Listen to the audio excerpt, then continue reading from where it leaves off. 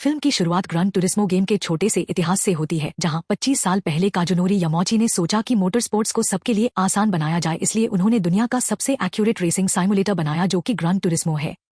2010 में Cardiff, Wales में एक टीनेजर जिसका नाम जेन मार्डनबोरो था, एक कपड़ों और गेम्स की दुकान में काम करता था और उसे ग्रान टुरिस्मो साइमुलेटर गेम खेलने का बहुत शौक था, यहाँ तक कि उसे इस रेसिंग गेम से बचपन से ही प्यार था। उसके कमरे में इस गेम के पूरे सीरीज के डिस्प्ले लगे थे, पहले वाले सीरीज से लेकर लेटेस्ट वाले तक। उस दिन जेन बहुत खुश था क्योंकि उसने नया साइमुलेटर स्टीयरिंग व्हील खरीदा था। दूसरी तरफ उसके पापा स्टीव, जो कि कार्डिफ सिटी के एक पूर्व फुटबॉल प्लेयर थे, चाहते थे कि जेन उनके सपने को आगे बढ़ाए, लेकिन जेन ने मना कर दिया और कहा कि उसे फुटबॉल पसंद नहीं बल्कि सिर्फ रेसिंग की दुनिया से प्यार है। इसके बाद उसने तुरंत अपना नया स्टीयरिंग व्हील ट्राई किया। उसने गेम में अपनी कार को मॉडिफाई किया और 24 ले मैन सर्किट पर रेसिंग करने वाला था। वो खुद को गेम के अंदर महसूस कर सकता था क्योंकि वो इसे बहुत ज्यादा खेलता था। डिनर के वक्त घर में जेन के करियर को लेकर चर्चा हुई। स्टीव ने अपने बेटे को प्रोफेशनल फुटबॉलर बनने के लिए समझाने की कोशिश की, जबकि उसकी मां चाहती थी कि जेन ऑटोमोटिव फील्ड में आगे पढ़ाई करे, लेकिन जेन खुद एक प्रोफेशनल रेसर बनना चाहता था और उसने कहा कि वो जीरो से अपने करियर की शुरुआत कर सकता है, जैसे कार मैकेनिक के तौर पर पिट स्टॉप में काम करके। उसने कहा कि रेसिंग ही एक ऐसी चीज है जिसे वो प्यार करता है और जिसमें वो अच्छा भी है। वहीं दूसरी तरफ टोक्यो, जापान में डैनी, जो कि निसान स्पोर्ट्स मोटरबाइक्स का एक एग्जीक्यूटिव मार्केटिंग पर्सन था और इंग्लैंड से आया था, निसान के ऑफिस में जापानी अधिकारियों के सामने एक प्रेजेंटेशन देने गया था। डैनी ने ग्रान टुरिस्मो रेसिंग साइमुलेटर गेम के बारे में बताया जो कि बहुत एक्यूरेट था, चाहे वो कार हो या उसके स्पेयर पार्ट्स, और इसने अपने 80 मिलियन प्लेयर्स को एक रियलिस्टिक ड्राइविंग एक्सपीरियंस दिया है। इसलिए उसने ये आइडिया दिया कि दुनिया के सबसे अच्छे ग्रान टुरिस्मो प्लेयर्स को प्रोफेशनल रेस में कॉम्पीट करने का मौका दिया जाए। अगर उनमें से कोई चैंपियन बन जाता है तो ये 80 मिलियन दूसरे प्लेयर्स को इंस्पायर करेगा और साथ ही उन लोगों को भी जो इसे देखेंगे, जिससे कंपनी पर भी बड़ा इम्पैक्ट पड़ेगा। सौभाग्य से हायरअप्स ने डैनी के आइडिया को मान लिया, लेकिन एक शर्त रखी कि डैनी को एक सर्टिफाइड और बहुत ही भरोसेमंद मैकेनिक ढूंढना होगा जो इन गेमर्स को ट्रेन कर सके ताकि कोई खतरा ना हो। कई लोगों से संपर्क किया गया लेकिन सभी ने मना कर दिया। आखिरकार डैनी एक मैकेनिक के पास गया जिसका नाम जैक सॉल्टर था, जो पहले एक रेसर भी रह चुका था। इस समय जैक कैपा टीम में मैकेनिक के तौर पर काम कर रहा था, जो उस वक्त की सबसे बेहतरीन टीमों में से एक थी और उसके रेसर का नाम निकोलस था। डैनी ने जैक को अपना प्लान समझाया कि वो पूरी दुनिया के सबसे बेहतरीन ग्रान टुरिस्मो गेमर्स के लिए एक कंपटीशन आयोजित करना चाहता है, जहां ये सभी कॉम्पीट करेंगे और FIA लाइसेंस जीतकर प्रोफेशनल रेसर बन सकते हैं, जो इंटरनेशनल स्टेज पर निसान टीम को रिप्रेजेंट करेंगे। ये आइडिया सुनकर जैक को शक हुआ क्योंकि असली रेसिंग ट्रैक बहुत खतरनाक था। वहां बाकी रेसर्स ज्यादा एक्सपीरियंस थे, कुछ तो गलत तरीके अपनाने वाले भी थे, ऊपर से एक्सीडेंट होने का भी बहुत ज्यादा खतरा था और यहाँ गेम की तरह कोई रीसेट बटन नहीं था। लेकिन डैनी ने उसे भरोसा दिलाया कि कुछ ऐसे प्लेयर्स जरूर हैं जो इस काबिल हैं और उन्हें मौका मिलना चाहिए। फिर भी जैक ने इस ऑफर को ठुकरा दिया। उस रात कैपा रेसिंग टीम साथ में डिनर कर रही थी। जैक ने निकोलस को कुछ सलाह दी, लेकिन निकोलस, जो कि बहुत घमंडी था और खुद को सबसे बेहतरीन समझता था, उसे अपने मैकेनिक से इस तरह की सलाह मिलना पसंद नहीं आया, क्योंकि उसके हिसाब से सिर्फ टीम लीडर को ही सलाह देने का हक था। इसके अलावा जैक पहले एक असफल रेसर रह चुका था। ये सुनकर निकोलस ने उसका मजाक उड़ाया और बाकी कोवर्कर्स भी इस पर हंसने लगे। ये सब जैक के लिए बहुत बड़ा झटका था और उसी वक्त उसने अपनी नौकरी छोड़ दी और वहां से चला गया। इसके बाद उसने डैनी का ऑफर स्वीकार कर लिया और निसान टीम का हेड मैकेनिक बन गया।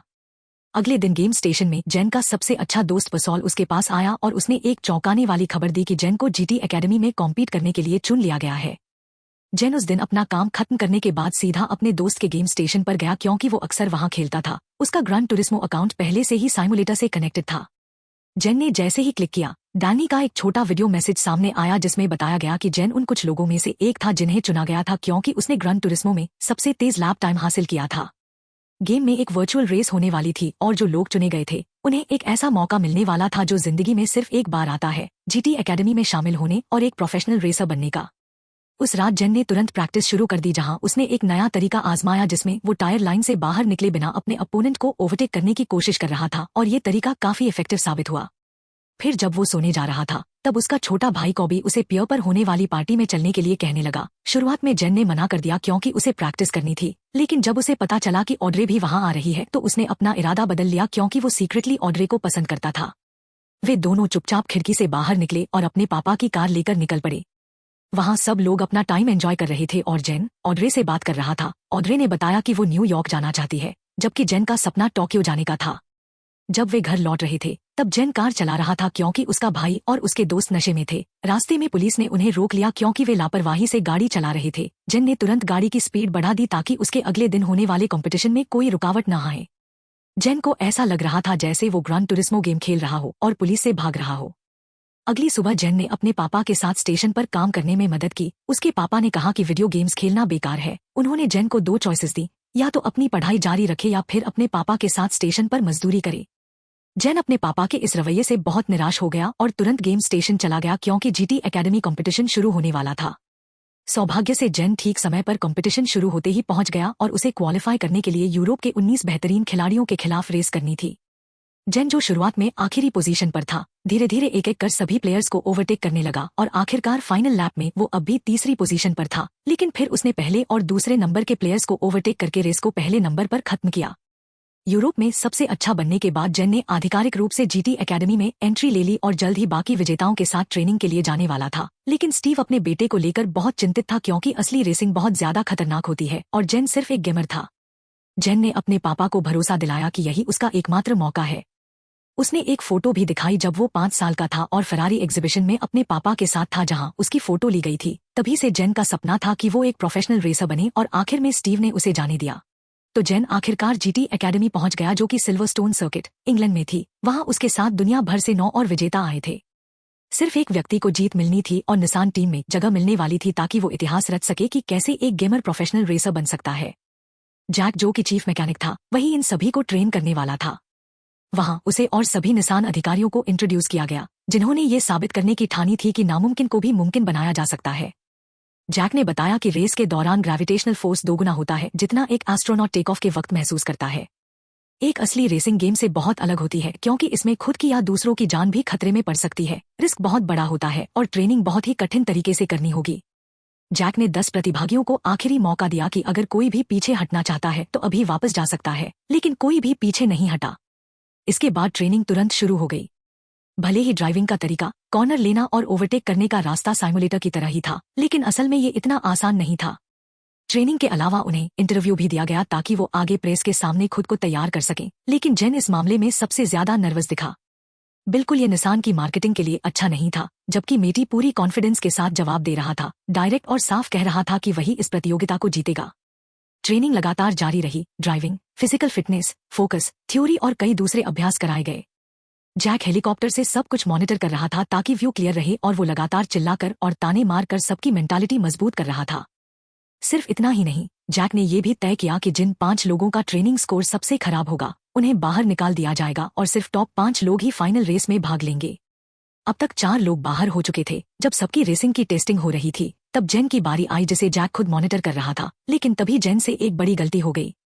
जेन, जो मेटी को ओवरटेक करना चाहता था, अपना कंट्रोल खो बैठा। उसने ब्रेक लगाने की कोशिश की लेकिन कार स्किड हो गई और टायर बैरियर से टकरा गई। शुक्र है कि किसी को चोट नहीं लगी।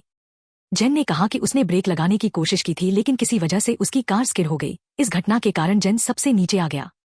क्लास के दौरान जैक ने जेन की रिकॉर्डिंग चलाई और कहा कि अगर उसे ओवरटेक करने में डर लग रहा था या हिचकिचाहट थी तो उसे पहले ही ब्रेक लगा देना चाहिए था, लेकिन जेन अड़ा रहा। उसने कहा कि उसे डर नहीं लगा था और उसने ब्रेक लगाया था, लेकिन किसी वजह से ब्रेक सही से काम नहीं कर रहा था और कार स्लिपरी लग रही थी।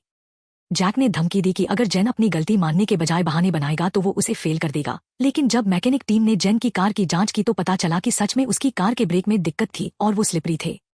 ये जानकर जैक तुरंत जेन के पास गया और पूछा कि उसे अपनी कार के ब्रेक की स्थिति का पहले से कैसे पता था। जेन ने बताया कि उसने हर दिन घंटों गेम खेलकर अपनी कार को मेंटेन किया है और उसे पूरी तरह से मैकेनिक्स की समझ है। उसने कहा कि जैक शायद अभी भी इस सिम्युलेटर को हल्के में ले रहा है, लेकिन ग्रान टूरिस्मो सिम्युलेटर असल में बहुत ज्यादा एक्यूरेट है। जेन के इस जवाब ने जैक को मना लिया। वो बाहर नहीं हुआ और टॉप 5 में आ गया, जहां अगले दिन सुबह फाइनल रेस होनी थी जिससे चैंपियन का फैसला होगा। अगले दिन जीटी एकेडमी इवेंट के फाइनल में 5 बेहतरीन प्रतिभागी थे जो 10 लैप की फाइनल रेस करने वाले थे। इस रेस का विजेता निसान का इंटरनेशनल रेसिंग कंपटीशन में प्रतिनिधि बनने वाला था। सभी निसान अधिकारी इस रेस को देख रहे थे और आखिरकार निर्णायक रेस शुरू हुई। पहले ही लैप में जेन ने सामने की 2 कारों को ओवरटेक कर दिया और तीसरे स्थान पर आ गया, लेकिन ये पोजीशन 7वें लैप तक बनी रही और अब सिर्फ 3 लैप बचे थे। एंटोनियो दूसरे स्थान पर था जबकि मेटी पहले स्थान पर। आखिरकार जेन ने एंटोनियो को ओवरटेक कर लिया और अब सिर्फ मेटी बचा था। अब सभी लोग फाइनल लैप में पहुंच चुके थे और जेन और मेटी के बीच पहले स्थान के लिए जबरदस्त टक्कर हो रही थी। शुरुआत में मेटी ज्यादा तेज जा रहा था, लेकिन फिनिश लाइन से पहले आखिरी कॉर्नर पर जेन ने एक अनोखा रास्ता लिया और मेटी को ओवरटेक करने में कामयाब हो गया। दोनों लगभग एक ही समय पर फिनिश लाइन पर पहुंचे। क्योंकि दूरी बहुत कम थी, जैक, डैनी और निसान के शीर्ष अधिकारी स्लोमो रिप्ले देखने लगे। अंत में पता चला कि जेन विजेता था, लेकिन डैनी ने घोषणा को रोकने के लिए कहा और जैक से अकेले में बात करने की मांग की। डैनी ने कहा कि जेन निसान के लिए अच्छा मार्केटिंग नहीं कर सकता क्योंकि वो कैमरे के सामने नर्वस हो जाता है, लेकिन जैक को इसकी परवाह नहीं थी। उसके लिए भले ही फर्क कुछ सेंटीमीटर का हो या 1 सेकंड के लाखवें हिस्से का, जीतने वाला ही असली विनर होता है। और आखिरकार जेन को विजेता घोषित कर दिया गया। जेन ने तुरंत अपनी मां को बताया कि उसने जीटी एकेडमी जीत लिया है, लेकिन अफसोस कि उस समय उसके पिता अपने छोटे भाई का फुटबॉल मैच देखने गए थे, तो उसकी मां ने कहा कि वो बाद में ये खुशखबरी दे देगी। जेन, जैक और डैनी प्राइवेट जेट से ऑस्ट्रिया के लिए रवाना हुए, जहां आगे की तैयारियां होनी थी। निसान ने जेन के साथ कॉन्ट्रैक्ट करने की मंजूरी दे दी थी, लेकिन एक शर्त थी, जेन को पहले एफआईए लाइसेंस हासिल करना होगा, जो रेसर्स के लिए एक वैध लाइसेंस होता है। जेन को यूरोपियन सीरीज में असली प्रोफेशनल रेसर्स के खिलाफ रेस करनी थी और 7 में से किसी एक रेस में कम से कम चौथे स्थान पर आना जरूरी था। जैक ने चेतावनी दी कि जेन को अब और भी ज्यादा मेहनत करनी होगी क्योंकि उसकी स्टैमिना और मेंटल स्ट्रेंथ अभी भी प्रोफेशनल रेसर्स जितनी मजबूत नहीं थी। इसके अलावा, क्योंकि वो एक नया लड़का था और अभी तक निसान के साथ ऑफिशियली कॉन्ट्रैक्ट में नहीं था, तो उसे बाकी रेसर्स, यहाँ तक कि अपने ही पिट स्टॉप क्रू मैकेनिक्स से भी ताने सुनने पड़ सकते थे। उसे छोटा समझा जाएगा और उससे नफरत भी की जा सकती थी। जैक के सोने के बाद डैनी ने जेन से बात की और बताया कि जैक कभी अमेरिका के सबसे बेहतरीन रेसर्स में से एक था, लेकिन उसने किसी अज्ञात कारण से रेसिंग छोड़ दी थी। ऑस्ट्रिया में प्रतियोगिता का पहला दिन आखिरकार आ गया और हमेशा की तरह जेन ने रेस से पहले अपना मन शांत करने के लिए क्लासिकल म्यूजिक सुना, खासकर केनी जी के सैक्सोफोन इंस्ट्रूमेंट को। जैक अचानक आया और कहा कि किसी को उम्मीद नहीं थी कि जेन लाइसेंस हासिल कर पाएगा, और यही उनके लिए अच्छी खबर थी। जैक ने फिर कहा कि उसे जेन पर पूरा भरोसा है और वो इस फेज को जरूर पार कर लेगा। पहली रेस आखिरकार शुरू हो गई। जैक ने जेन को 2 रेसर्स के बारे में चेतावनी दी, जिनसे उसे सावधान रहना था। पहला, जैक का पुराना टीममेट निकोलस, जो कैपा टीम का था, और दूसरा स्कुलिन, जो आउडी टीम का रेसर था। पहले ही लैप में जेन 8वें स्थान पर था। जैक ने उसे फोकस और शांत रहने के लिए कहा। जाहिर है, अपनी पहली प्रोफेशनल रेस में जेन की मेंटल स्ट्रेंथ की परीक्षा हो रही थी। वो 10वें स्थान पर चला गया और उसके बगल में चल रही फेरारी कार से धुआं निकलता हुआ दिखा। जैक ने जेन से कहा कि उसे सिर्फ रेस पर ध्यान देना चाहिए क्योंकि ट्रैक पर कारों का फटना आम बात थी। 20वें लैप में जेन ने अपनी कार में फ्यूल भरवाया, लेकिन जैसा कि जैक ने पहले ही कहा था, वहां कोई भी मैकेनिक उसे सम्मान नहीं देता था। उन्होंने जेन का मजाक उड़ाया और कहा कि वो लाइसेंस कभी हासिल नहीं कर पाएगा क्योंकि वो सिर्फ एक गेमर था। 13वें स्थान से जेन ने ओवरटेक करना शुरू किया और 5वें स्थान तक पहुंच गया। वो सिर्फ एक कदम दूर था एफआईए लाइसेंस हासिल करने से। आखिरी लैप में जेन ने निकोलस को भी ओवरटेक कर दिया और चौथे स्थान पर पहुंच गया। जैक ने चेतावनी दी कि जेन को चौथी पोजीशन बनाए रखनी होगी और निकोलस से सावधान रहना होगा क्योंकि वो गंदी चालें चलने में माहिर था। लेकिन अचानक निकोलस ने जेन की कार को पीछे से टक्कर मार दी, जिससे जेन का कंट्रोल बिगड़ गया। आखिर में वो 27वें स्थान पर रेस खत्म कर पाया। हालांकि जेन की पोजीशन खराब रही, फिर भी जैक ने उसकी तारीफ की क्योंकि उसने अपनी पहली रेस में शानदार प्रदर्शन किया था। जेन के पास अभी भी 6 और मौके थे एफआईए लाइसेंस हासिल करने के लिए। अगली रेस जर्मनी में हुई, लेकिन जेन सिर्फ 23वें स्थान पर ही आ पाया। रेस दर रेस वो अपनी कोशिश करता रहा लेकिन चौथे स्थान पर नहीं पहुंच पाया। इटली में वो 17वें स्थान पर रहा, टर्की में 8वें और स्पेन में तो उसका एक्सीडेंट हो गया और वो डीएनएफ हो गया। दुबई, यूनाइटेड अरब एमिरेट्स में होने वाली आखिरी रेस जेन के लिए आखिरी मौका था लाइसेंस पाने का। निकोलस ने मीडिया से कहा कि जेन कभी भी चैंपियनशिप के पोडियम तक नहीं पहुंच पाएगा। जब रेस शुरू हुई, निकोलस ने फिर से गंदी चाल चली और जेन को ट्रैक के किनारे धकेल दिया, जिससे उसकी कार का रियर व्यू मिरर टूट गया। लेकिन अच्छी बात यह थी कि कार अभी भी सही से काम कर रही थी और जैक ने जेन को फोकस करने को कहा ताकि वो कम से कम चौथे स्थान पर आ सके। जेन इस समय 6ठे स्थान पर था, स्कुलिन 5वें और निकोलस चौथे स्थान पर था। जब जेन ने निकोलस और स्कुलिन को ओवरटेक करने की कोशिश की, तो दोनों ने मिलकर उसे ब्लॉक कर दिया। लेकिन इस बार जेन मानसिक रूप से मजबूत हो चुका था। उसने कोने पर हल्का ब्रेक लगाया और दोनों को एक साथ ओवरटेक कर लिया। निकोलस इस बात से बहुत गुस्से में था और जेन को फिर से ओवरटेक करने के लिए बेकरार हो गया। वो बहुत तेज जा रहा था, जब तक कि आखिरकार उसके आगे चल रही कार से उसका एक्सीडेंट नहीं हो गया। जेन तुरंत पिट स्टॉप गया अपनी कार की हालत चेक कराने और रेस फिर से शुरू हुई। अब वो चौथे स्थान पर था और उसे स्कुलिन से अपनी पोजीशन बचानी थी, जो उसे ओवरटेक करने की कोशिश कर रहा था। जैक लगातार उसे निर्देश दे रहा था और कह रहा था कि उसे बस अपनी पोजीशन बनाए रखनी है, ओवरटेक करने की कोई जरूरत नहीं है। आखिरी लैप में जेन को सिर्फ एक आखिरी मोड़ और आखिरी स्ट्रेट लाइन पार करनी थी फिनिश लाइन से पहले, लेकिन स्कुलिन अभी भी उसके बहुत करीब था। खुशकिस्मती से जेन शांत रहा और चौथे स्थान पर अपनी रेस खत्म की और आखिरकार उसने एफआईए लाइसेंस हासिल कर लिया, भले ही उसे कई बार चीट किया गया और उसका रियर व्यू मिरर तक टूट गया। रेस खत्म होने के बाद जेन ने निकोलस को चेतावनी दी कि वो दोबारा ऐसी बेवकूफी न करे, क्योंकि इससे उसकी और खुद निकोलस की जान जा सकती थी। शाम को जेन ने जैक से बातें की। जैक ने कहा कि जेन की इंस्टिंक्ट्स बहुत तेज हैं, जो किसी को सिखाई नहीं जा सकती। साथ ही जैक ने उन दिनों को याद किया जब वो एक रेसर था, जब उसे ऐसा लगता था कि समय धीमा हो गया है और गलती करने की कोई जगह नहीं थी। सब कुछ बहुत स्मूथ चलता था और जेन ने भी वही फील किया होगा। जेन ने पूछा कि जैक का फेवरेट सर्किट कौन सा है। जैक ने जवाब दिया ले मैन्स, क्योंकि ये एक बहुत फेमस सर्किट है जो रेसर्स की सारी एनर्जी खींच लेता है और जो वहां जीतता है उसे हमेशा याद रखा जाता है। लेकिन जैक खुद कभी वहां पोडियम तक नहीं पहुंच पाया था। थोड़ी देर बाद दो लड़कियां आईं और जेन से उसका ऑटोग्राफ और एक सेल्फी मांगी। जैक की सलाह मानकर उसी रात जेन ने ऑड्रे को कॉल किया और टोक्यो में होने वाले निसान के कॉन्ट्रैक्ट साइनिंग इवेंट में आने का इनवाइट दिया। काजुनोरी यामाची, जो ग्रान टूरिस्मो के क्रिएटर थे, उन्होंने स्पीच दी और फिर जेन ने निसान टीम के साथ कॉन्ट्रैक्ट साइन किया। जेन का सपना आखिरकार सच हो गया। इसके बाद जेन और ऑड्रे टोक्यो घूमने निकले और जेन बहुत खुश था, क्योंकि टोक्यो वही जगह थी जहां वो हमेशा से जाना चाहता था। ऑड्रे के साथ घूमने के बाद जेन अगली रेस के लिए नürburgring सर्किट, जर्मनी चला गया। ये सर्किट दुनिया का सबसे खतरनाक सर्किट था और सभी रेसर्स इससे डरते थे क्योंकि यहाँ का ट्रैक बहुत ही खतरनाक था। जैसा कि हमेशा होता था, रेस से पहले जेन ने क्लासिक म्यूजिक सुना। उसने जैक को एक गिफ्ट भी दिया, जिसे जैक को रेस के बाद खोलने के लिए कहा। नürburgring की रेस आखिरकार शुरू हुई और जेन का परिवार घर से इसे देख रहा था। 6वें लैप में जेन 5वें स्थान पर था और सब कुछ बहुत स्मूथ चल रहा था। जेन लगातार स्थिर स्पीड से ओवरटेक करता रहा और निकोलस को पार करते हुए दूसरे स्थान तक पहुंच गया। लेकिन फेरारी को ओवरटेक करने के लिए जेन बहुत ज्यादा जोश में आ गया, जो पहले स्थान पर थी। उसकी स्पीड बहुत ज्यादा हो गई जब वो नürburgring के सबसे खतरनाक कॉर्नर फ्लैग सेक्शन से गुजरा।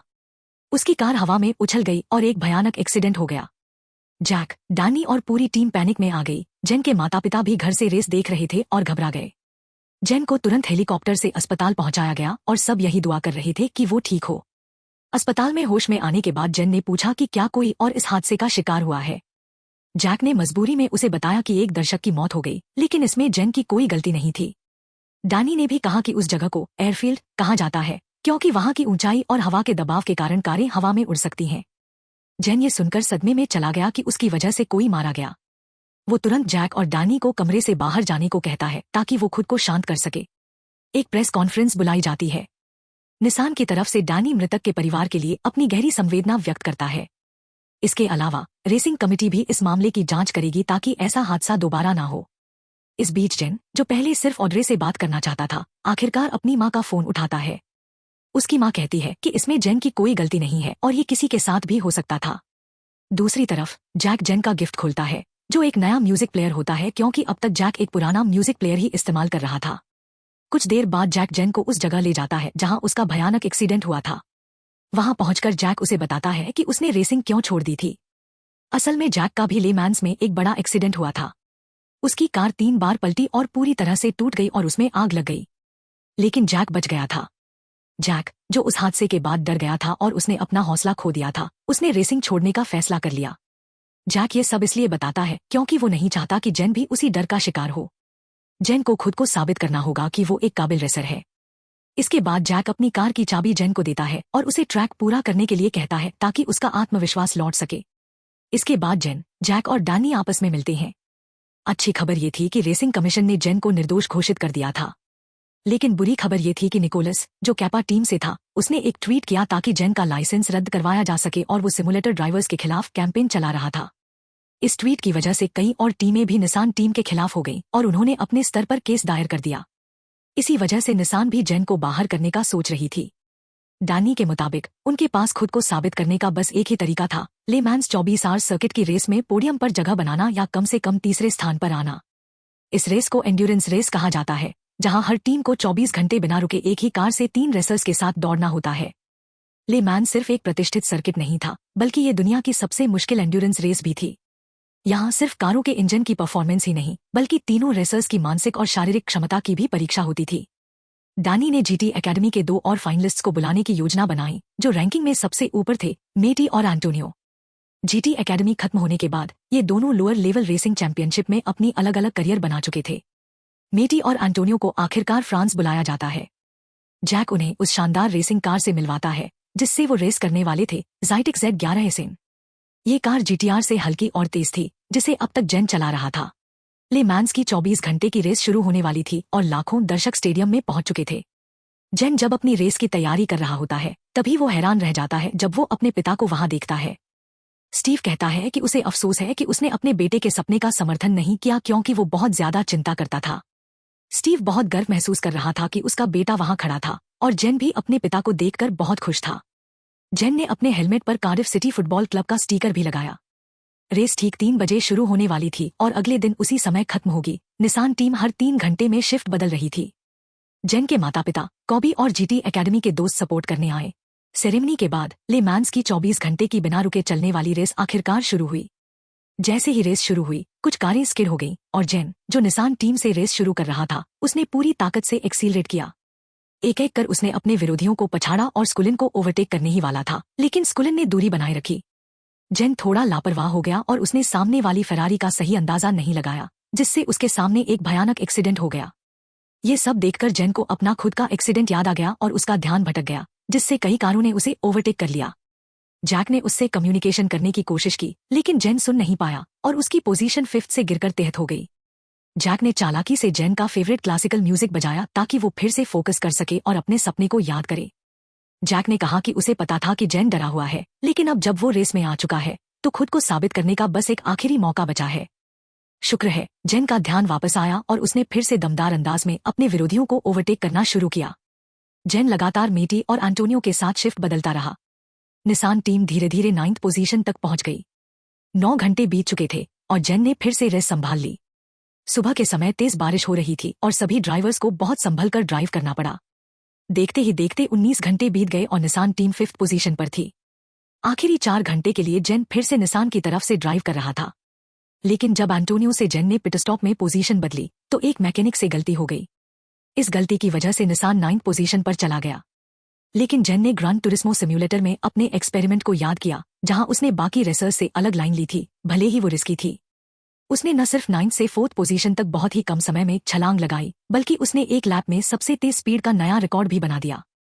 फाइनल लैप में जेन अभी भी निकोलस से 4 सेकंड पीछे था, जो 3rd पोजीशन पर था।